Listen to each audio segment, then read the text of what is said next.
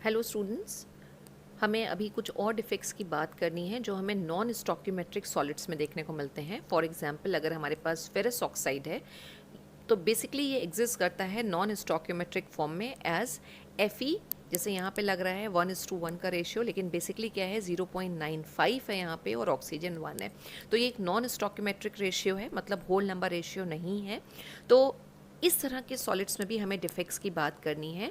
तो ऐसे compounds in which the number of positive and negative ions are not exactly in the ratio as indicated by their chemical formula, they are called non stoichiometric compound. आप iron oxide में ये चीज़ देख सकते हैं, number of positive ion और negative ions exactly same नहीं है जो उनके केमिकल फॉर्मूला में हमें यहाँ पे देखने को मिल रहा है, तो उसको हम एक नॉन स्टोक्योमेट्रिक कंपाउंड बोलेंगे, राइट।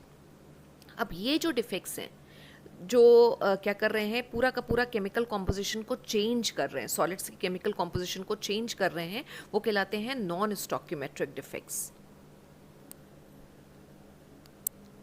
अब इस तरह के सॉलिड्स में होता क्या है, या तो पॉजिटिव आयंस यानी कि कैटायंस या फिर नेगेटिव आयंस, दोनों में से कोई एक एक्सेस में हो जाता है। बट स्टिल हम देखेंगे कि भले ही कैटायन या एनायन दोनों में से कोई भी एक्सेस में हो रहा हो, क्रिस्टल जो है वो इलेक्ट्रिकली न्यूट्रल रहता है। यानी कि अगर पॉजिटिव आयन है एक्स्ट्रा तो समहाउ वो नेगेटिव आयन से इलेक्ट्रॉन से बैलेंस हो जाएंगे, और अगर नेगेटिव आयन ज़्यादा हैं तो वो ऑक्सीडेशन स्टेट, मेटल की ऑक्सीडेशन स्टेट से बैलेंस हो जाते हैं। तो क्रिस्टल जो है वो तब भी हमारा इलेक्ट्रिकली न्यूट्रल रहता है। तो पॉजिटिव आयन ज़्यादा हो रहे हैं इसमें या फिर नेगेटिव आयन ज़्यादा हो रहे हैं, तो ये जो डिफेक्ट है ये दो तरह का होता है। पॉजिटिव आयन ज़्यादा हो रहे हैं तो पॉजिटिव आयन हमें पता है मेटल बनाती है, तो अगर पॉजिटिव आयन एक्सेस में है तो हम कहते हैं उसको मेटल एक्सेस डिफेक्ट। और नेगेटिव आयन जो हैं वो आते हैं नॉन मेटल से, जैसे कि क्लोराइड है, ऑक्साइड है, तो वो कहाँ से आ रहे हैं, नॉन मेटल से आ रहे हैं। तो अगर नॉन मेटल से नेगेटिव आयंस एनायंस एक्सेस में हैं तो उसको हम बोल देते हैं नॉन मेटल एक्सेस डिफेक्ट।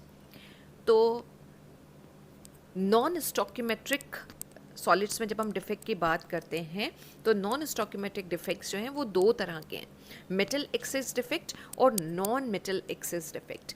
अब सपोज अगर हम फर्स्ट टाइप की बात करें, मेटल एक्सेस डिफेक्ट की बात करें, मेटल एक्सेस डिफेक्ट, नाम से ही पता चल रहा है कि मेटल एक्सेस का मतलब क्या, कि यहाँ पे कैटायन ज़्यादा होंगे, cation will be more in number. एक नॉर्मल अगर हम क्रिस्टल लैटिस की बात करें कि अगर Na+ और Cl- से हमारा क्रिस्टल बना हुआ है, तो उसमें होना क्या चाहिए कि अगर 50 आयन्स हमने कहा सोडियम के हैं, सोडियम आयन के हैं, तो 50 ही हमारे क्लोराइड के होने चाहिए। यानी जो सोडियम आयन्स हैं, number of sodium ions is equal to number of chloride ions, दोनों बराबर है, right. Number of sodium ions is equal to number of chloride ion.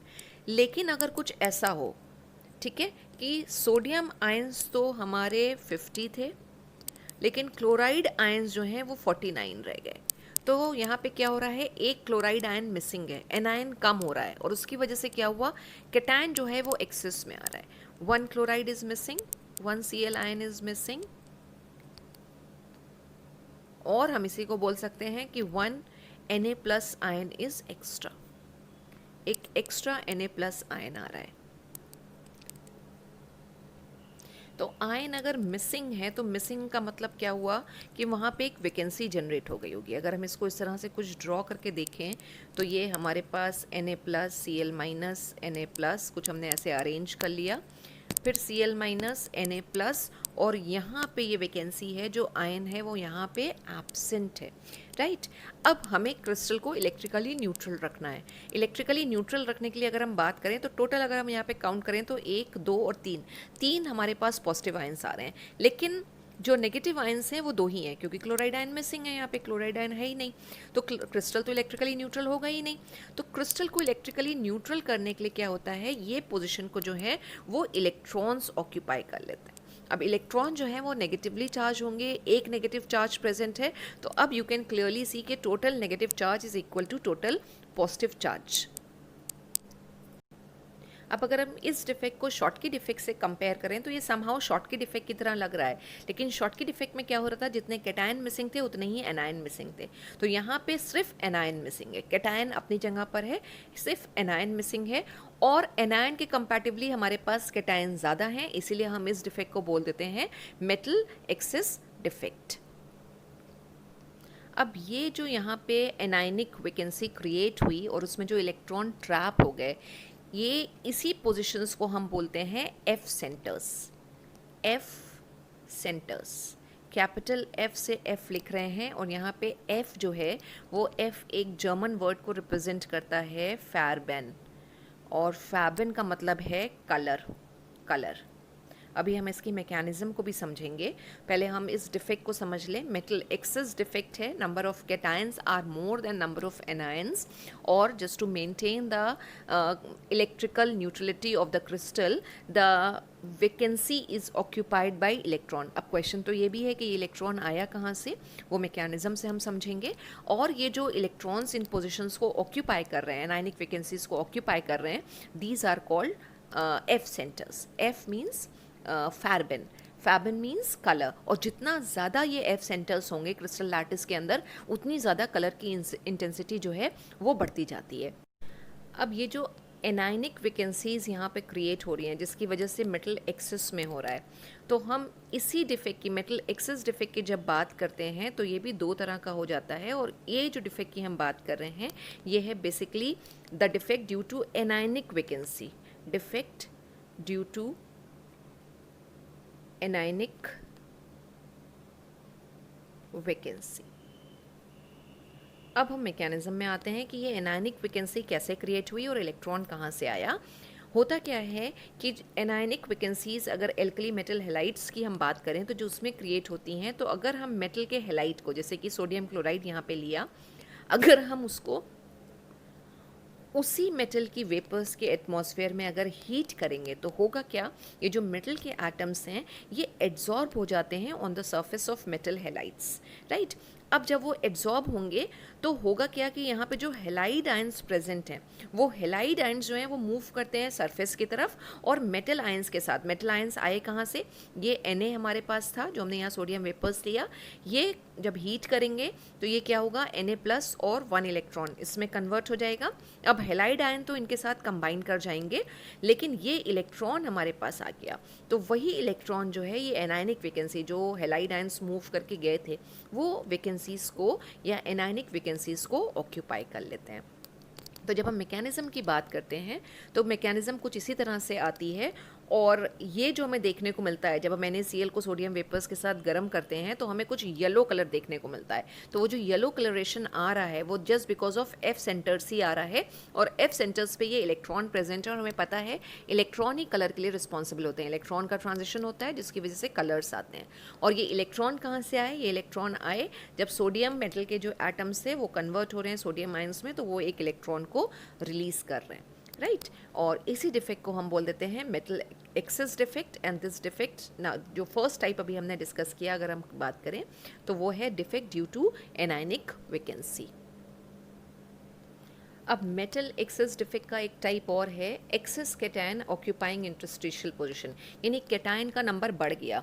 जिसका एग्जांपल हम लेते हैं तो हम ZnO यानी कि जिंक ऑक्साइड की बात करते हैं। तो जिंक ऑक्साइड को जब हम हीट करेंगे, सिंपली हम सिर्फ सिंपल हीटिंग कर रहे हैं, यहाँ पे हमने सोडियम वेपर्स के प्रेजेंट में किया था, यहाँ पे हम सिंपली ZnO को यानी कि जिंक ऑक्साइड को हम हीट कर रहे हैं। तो जब जिंक ऑक्साइड को हम हीट करेंगे तो व्हाट विल हैपन, ये अपनी सारी की सारी ऑक्सीजन इसमें से निकल जाएगी, ऑक्सीजन को लूज करेगा, और क्या रिएक्शन आएगी, Zn का यहाँ ऑक्सीडेशन स्टेट +2 है, Zn+2 ही शो करता है, +2 आ जाएगा, प्लस यहाँ पे क्या आ जाएगा, हाफ O2, और प्लस क्या आ जाएंगे, 2 इलेक्ट्रॉन, राइट। तो कुछ ये रिएक्शन आ रही है। अब ये जो जिंक आयंस यहाँ पे फॉर्म हुए, ये क्या करेंगे, इंटरस्टिशियल साइट्स को ऑक्यूपाई कर लेंगे। अब इंटरस्टिशियल साइट्स को ऑक्यूपाई कर रहे हैं, से फॉर एग्जाम्पल हमारे पास कुछ ये पोजिशन थी A+, B-, A+ और B-, यानी कि Zn2+ और O- की हम बात कर रहे हैं, कैटायन एनायन। कुछ ये पोजीशन थी हमारी A+,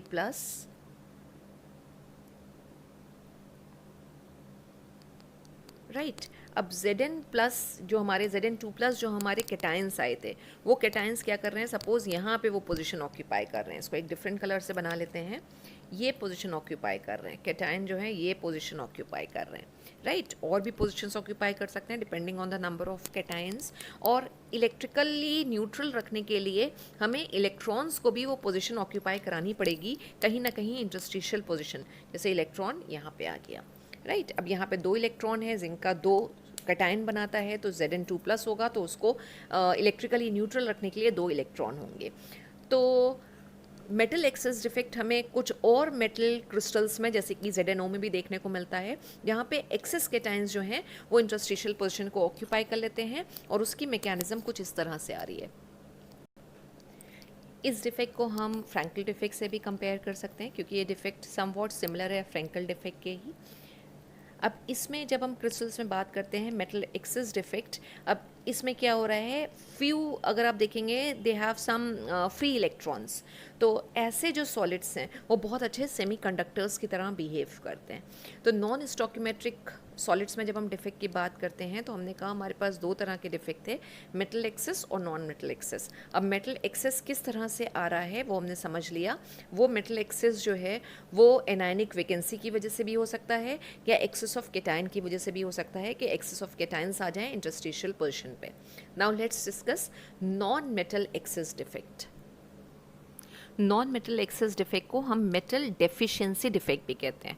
अब मेटल डेफिशिएंसी डिफेक्ट इसीलिए होगा क्योंकि इस डिफेक्ट में क्या होंगे, जो पॉजिटिव पार्टिकल्स होंगे वो कम होंगे दैन नेगेटिव पार्टिकल्स। अब ये डिफेक्ट्स जो हैं वो क्यों आ रहे हैं, ये आते हैं बेसिकली कैटायन वैकेंसी या कैटायनिक वैकेंसी की वजह से, या फिर जो एनायंस हैं वो इंटरस्टिशियल साइट्स को ऑक्यूपाई कर लें, राइट। सबसे इम्पॉर्टेंट चीज़ है कि किस तरह के हमें क्रिस्टल्स या मेटल्स जो हैं ये डिफेक्ट शो करेंगे।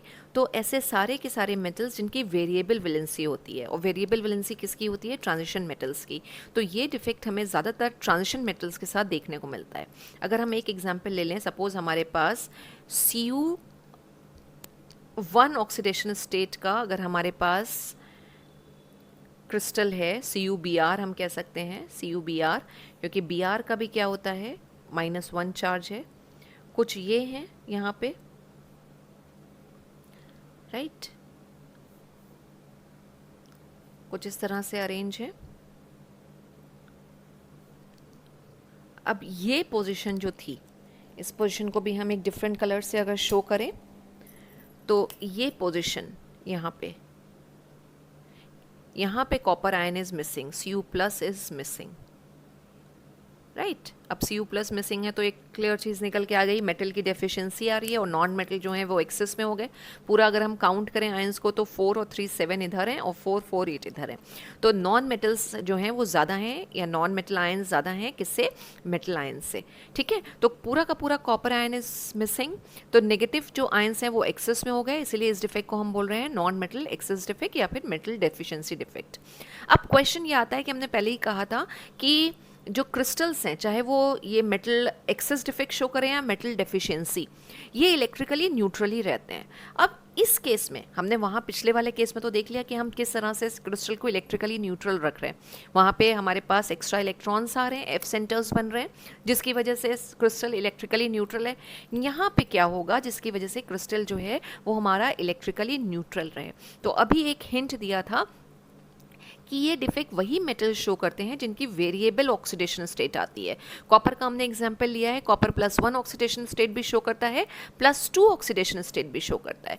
तो यहाँ पे अगर हमें इलेक्ट्रिकली न्यूट्रल रखना है तो जो नेगेटिव चार्ज एक्स्ट्रा आ रहा है उसको बैलेंस करने के लिए कॉपर की ऑक्सीडेशन स्टेट को हमें चेंज करना पड़ेगा। यानी इस Br के नियर बाई जो भी कॉपर के आयंस होंगे, यानी जहाँ पे वैकेंसी आ रही है उससे जो नियर बाई आयंस होंगे, राइट, कि यहाँ पे वैकेंसी आ रही है और नियर बाई ये जो कॉपर आयंस हैं ये क्या करेंगे, अपना ऑक्सीडेशन स्टेट को चेंज करेंगे, और ऑक्सीडेशन स्टेट चेंज होगा तो जो नेगेटिव चार्ज है वो बैलेंस हो जाएगा, और कॉपर जो है नियर बाई आयंस जो हैं वो किस में कन्वर्ट हो जाएंगे, जो Cu+ है वो कन्वर्ट हो जाएगा किस में, Cu2+ में। एक एग्जाम्पल जो हमारे पास और है नॉन मेटल एक्सेस या मेटल डेफिशिएंसी डिफेक्ट का, वो है फेरस ऑक्साइड। फेरस ऑक्साइड भी यही डिफेक्ट शो करता है। फेरस ऑक्साइड में होता क्या है, सेम फेरस आयंस या ferrous cations they are missing, और जो लॉस होगा यानी पॉजिटिव चार्ज कम हो गया, Fe2+ कम है, तो जो लॉस है पॉजिटिव चार्ज का that is made up by the presence of Fe3+ ion, यानी जो Fe2+ है, Fe2+ will convert into Fe3+, right. और इन डिफेक्ट्स को, जहाँ पे मेटल का ऑक्सीडेशन स्टेट चेंज हो रहा है और जो भी हमारे पास क्रिस्टल बन के आ रहा है, उसका जो फॉर्मूला आ रहा है उसमें कोई भी होल नंबर रेशियो नहीं आ रहा है, ठीक है। जो मेटल हैं और नॉन मेटल हैं वो नॉन स्टोकियोमेट्रिक रेशियो में प्रेजेंट है। जैसे FeO की हमने बात करी थी, नॉन स्टोकियोमेट्रिक रेशियो है। फेरस आयंस भी हैं उसके अंदर, फेरिक आयन भी प्रेजेंट है। तो इस तरह के डिफेक्ट्स को हम बोलते हैं metal deficiency defect. Thank you so much students.